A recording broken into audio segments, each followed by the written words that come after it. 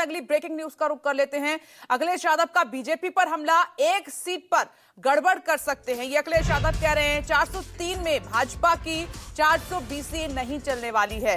ये इस वक्त की बड़ी खबर आपकी टीवी स्क्रीन पर। आपने देखा कि हाल ही में जो बाई इलेक्शन हुआ है उसमें बीजेपी की जीत हुई है। उसी को लेकर अखिलेश यादव जो है बीजेपी पर हमलावर हैं। उन्होंने कहा है कि एक सीट में बीजेपी गड़बड़ी कर सकती है। जो 27 में विधानसभा चुनाव होने जा रहे हैं, विधानसभा की सभी सीटों पर बीजेपी कैसे गड़बड़ी करेगी, ये बड़ी खबर।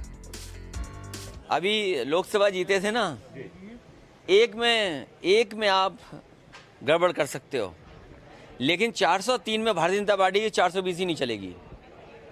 एक में तो लड़ सकते हो आप, कुछ बेईमानी कर सकते हो। सोचिए आप, बीएलओ हटा दिए गए, क्या कारण था कि चुनाव आयोग ने ये नहीं देखा कि जाति के आधार पर पोस्टिंग हो रही है।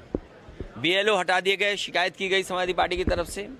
उसके बाद अधिकारी पुलिस के कुछ जातियों के ही पोस्ट कर दिया गया, चुनाव आयोग को शिकायत की गई, उसकी कोई परवाह नहीं हुई। प्रिसाइडिंग ऑफिसर्स कुछ टारगेट पूरा कर रहे थे, वो आपने भी सुना होगा। जो प्रिसाइडिंग ऑफिसर थे उसके अंदर बैठ करके कुछ टारगेट पूरा कर रहे थे वोटों का।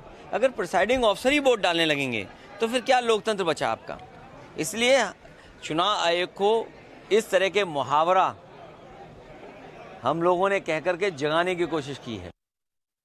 और अशोक तिवारी इस वक्त हमारे साथ लाइव जुड़ गए हैं। अशोक तिवारी, मिल्कीपुर उपचुनाव में मिली हार से काफी आहत है अखिलेश यादव। उनके इस बयान के क्या मायने निकाले जाएं कि 403 पर 420 नहीं चलेगी?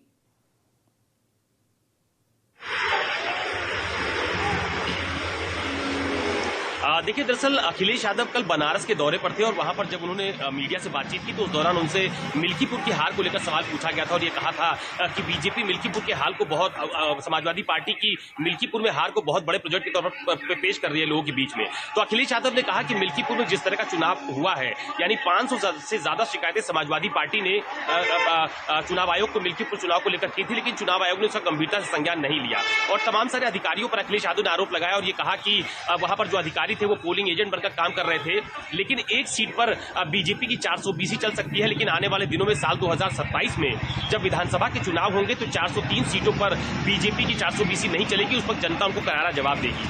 तो अखिलेश यादव की तरफ से लगातार और समाजवादी पार्टी के दूसरे नेताओं की तरफ से भी आप देखिए कि लगातार मिल्कीपुर की हार को ये कहकर प्रोजेक्ट किया जा रहा है कि मिल्कीपुर की हार प्रशासनिक मशीनरी की वजह से हुई है। सरकार ने वहां पर जो अपनी ताकत है उसका उपयोग किया है, जिसकी वजह से समाजवादी पार्टी को मिल्कीपुर में हार का सामना करना पड़ा है।